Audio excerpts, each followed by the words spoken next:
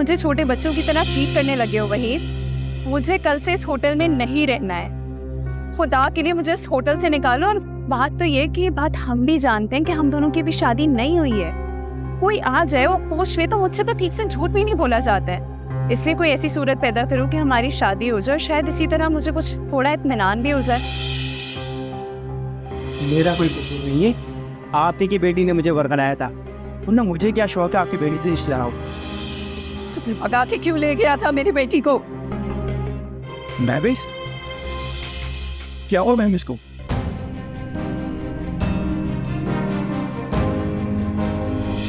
महविश, महविश तो नहीं भरा। महविश फिर तो नहीं। महविश, वहीद, वहीद क्या हुआ मुझे बताओ। वहीद होश करो। वहीद, मैं हूँ रबीका। क्या हुआ है वहीद? रबीका, महविश कह रही है मैंने उसको मारा है। मैंने उसको नहीं मारा, मैं किसी को क्यों मारूंगा? उसने तो खुदकुशी की थी। उसने तो खुदकुशी की थी। फिर क्यों कह रही है कि मैंने उसको मारा? होश करो वहीद। अच्छा ठीक है, होश करो। मुझे देखो, तुमने नहीं मारा है उसको, ठीक है?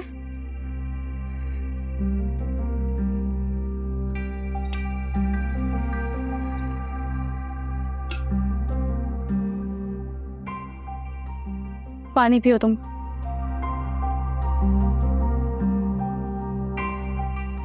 रिलैक्स वहीद, तुमने नहीं मारा महविश को। तुम ऐसा क्यों सोच रहे हो उसके बारे में?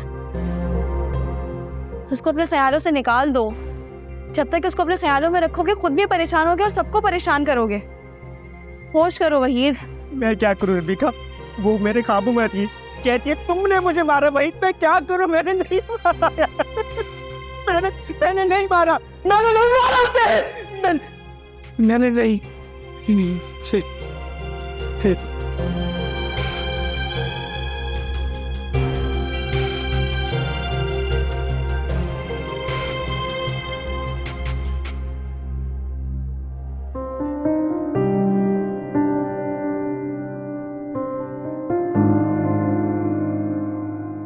अस्सलाम वालेकुम अबू। वालेकुम सलाम। जीते रहो बेटी। भाई आज से तुम मेरी बेटी हो। मैं तुम्हें बहू तो कहूंगा नहीं। अबू आपका जो दिल कहे आप मुझे बुला सकते हैं। देखो ना, अब ये घर घर लग रहा है। तुमने तो इसका आती नक्शा बदल दिया। यानी जब से मैं रिटायरमेंट होके आया हूं, मैंने इस घर में इतनी रौनक और तब्दीली नहीं देखी। आज मुझे एहसास हुआ है कि जिब्रान तुम्हारा इंतजार क्यों कर रहा था। हालांकि मैंने उसको शादी के लिए कहा, लेकिन उसने अहमियत तुम्हें ही दी। अल्लाह तुम्हारा हामी और नासिर हो। भाई सच्ची बात तुम्हें बताऊं, तुम्हारे आने से मुझे बहुत खुशी हो। बहुत शुक्रिया अबू। आप बैठिए, मैं आपके लिए कुछ खाने को लेके आती हूँ।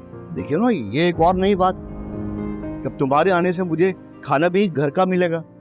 यानी मैं और जिब्रान दोनों जो बाहर का खाना खा खा के थक गए थे, उससे भी जान छूट गई।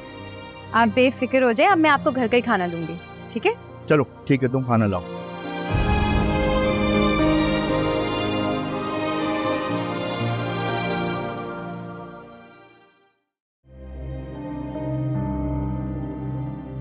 मेरे दिल में हर वक्त एक अनदेखा खौफ बसा रहता था।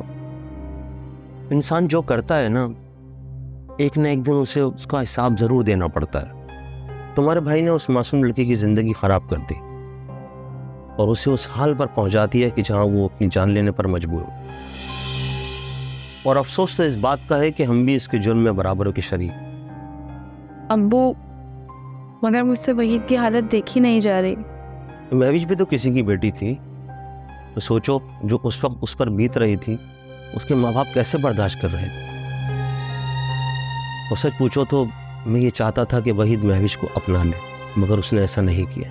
वहीद ने महविश के साथ बहुत बुरा किया रबीका, और हमने भी ना चाहते हुए वहीद का साथ दिया। आज वहीद जिस हाल में है, वहीद तो इसका जिम्मेदार है ही, उसके जिम्मेदार हम भी हैं। अब्बू मैं बहन हूँ उसकी, मुझसे उसकी ये हालत नहीं देखी जा रही, तो आप बाप होके कैसे बर्दाश्त कर रहे हैं? अब तुम्हारे भाई ने ये जो कुछ भी किया है उसके लिए सज़ा बहुत कम है। बस अल्लाह हमारे हाल पर रहम करे, वो अरहम राहिमीन है। ये सज़ा सिर्फ वहीद को ही नहीं मिल रही, वो जिस तकलीफ से गुजर रहा है उस अजियत से हम भी गुजर रहे हैं। वो आखिर वो है तो मेरा बेटा ना। मुझसे पूछो मुझ पर क्या बीत रही है। हम तो मजबूर थे ना अब्बू। मैंने भी वहीद से बात की थी कि वो महविश की इज्जत खराब कर चुका है, अगर वो चाहे तो उसको अपना सकता है, लेकिन वो राजी नहीं था। जिसके साथ उसने बुरा किया वो तो आज इस दुनिया में नहीं है ना बेटा, और माफ़ी का तो सवाल ही पैदा नहीं होता। अब बस तुम दुआ करो कि तुम्हारे भाई की मौत आसान हो जाए।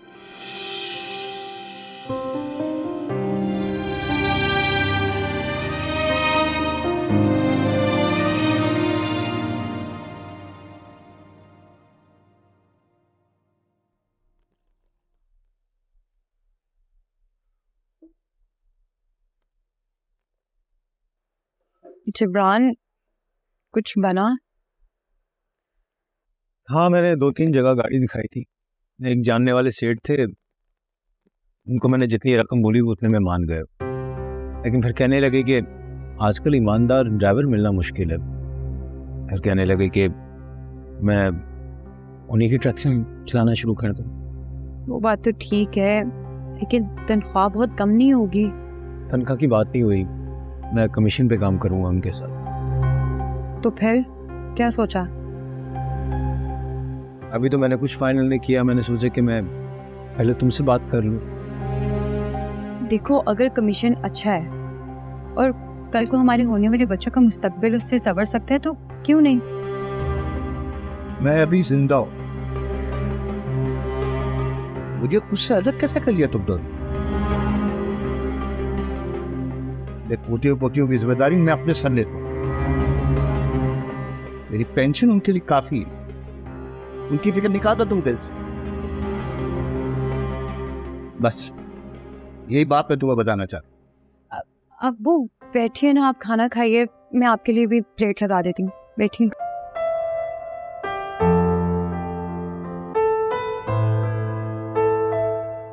मैं जब घर में मौजूद हूं तो फिर इतनी फिक्र की क्या जरूरत? आ जाओ।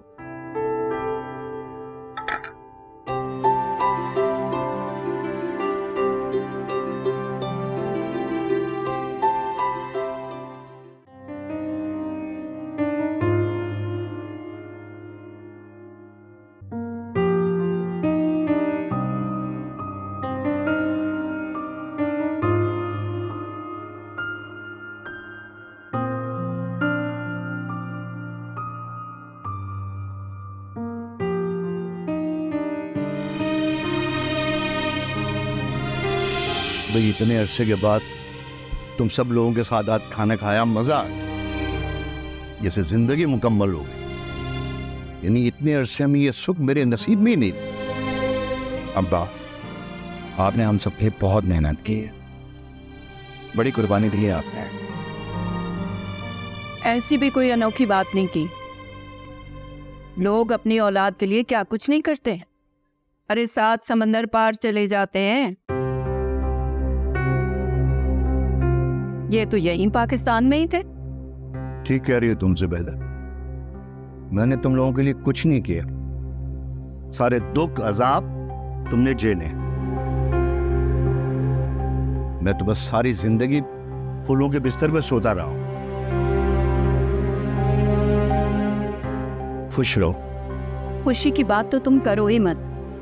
तुमने तो मुझे सिर्फ गम दिए हैं। मुझसे मेरा बच्चा छीन लिया तुमने, मेरा जवाब तुमने मुझसे छीन लिया। मेरा सीना भी जलता है। तुम तो रोकर और मुझे बुरा भला कहकर अपना गम खत्म कर लेती हो। मैं अपना दुख लेकर किसके पास जाऊं? हाँ, तो ये सजा है तुम्हारी। एक मां से उसका बच्चा छीना है। तो उस मालिक ने उसका नाम बदल कर जिब्रान रख दिया था। नहीं लेकिन जिब्रान तो तुम्हारा नाम, इसका मतलब है कि तुम मेरे जवाब।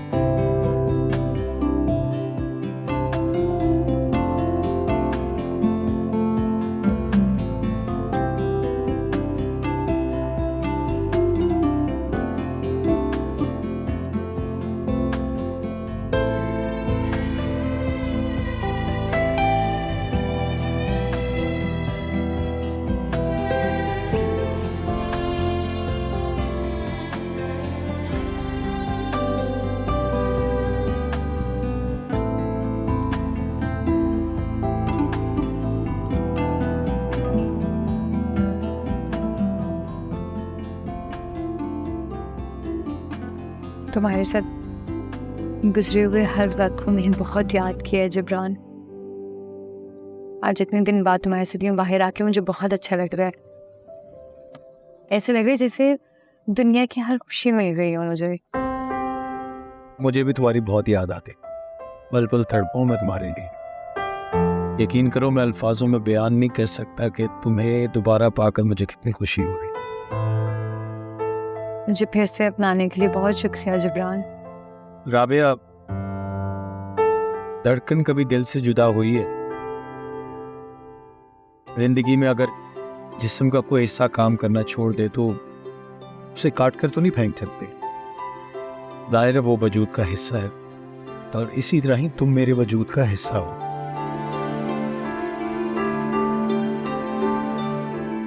जितना वक्त मैंने तुम्हारे बगैर गुजारा है बस यूं समझो कि एक बेजान मुर्दे। अच्छा चलो एक काम करते हैं। तुम्हें याद है तुम मुझे एक जगह गोलगप्पे खिलाने लेके जाया करते थे? चलो वहां चलते हैं, मुझे भूख भी बहुत लगी है। आपका हुक्म सरा कुबर।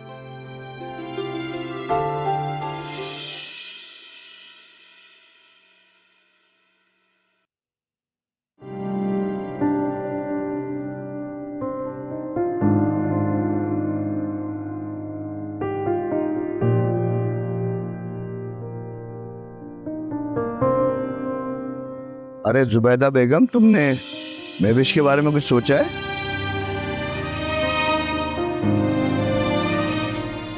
नहीं, अभी तो कुछ नहीं। वैसे भी वो तो अभी पढ़ रही है। नहीं वो तो ठीक है भाई, लेकिन जवान बेटी को कब तक घर में बिठाएंगे हम?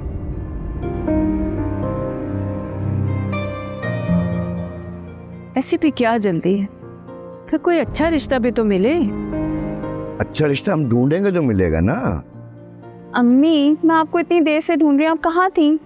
मैं तो यहाँ बैठी हूँ। क्यों, क्या काम है? वो मुझे 1400 रुपये चाहिए थे, यूनिवर्सिटी में एग्जामिनेशन की फीस देनी है।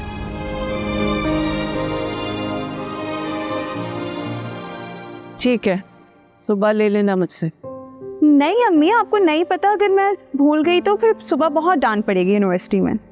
अरे नहीं बेटा, तुम्हें जाते हुए दे दूंगा ना मैं। अच्छा ठीक है, थैंक यू अब्बू।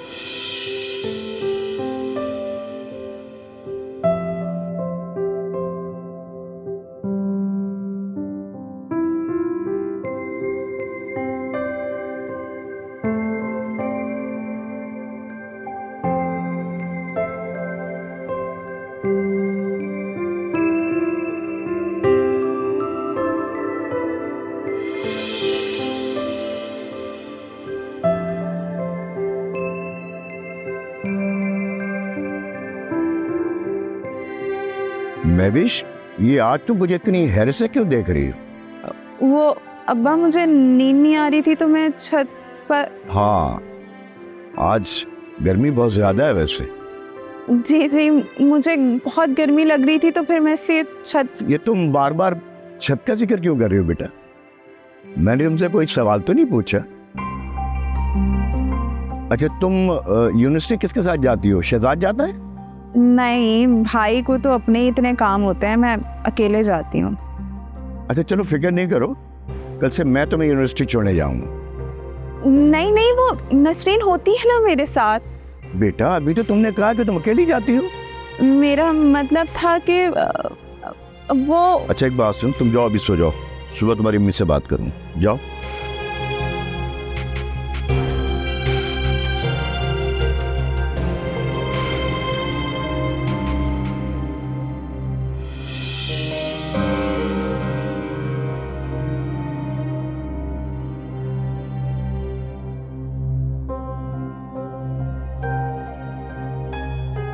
अब्बू, चाय? हाँ बेटा, थैंक यू।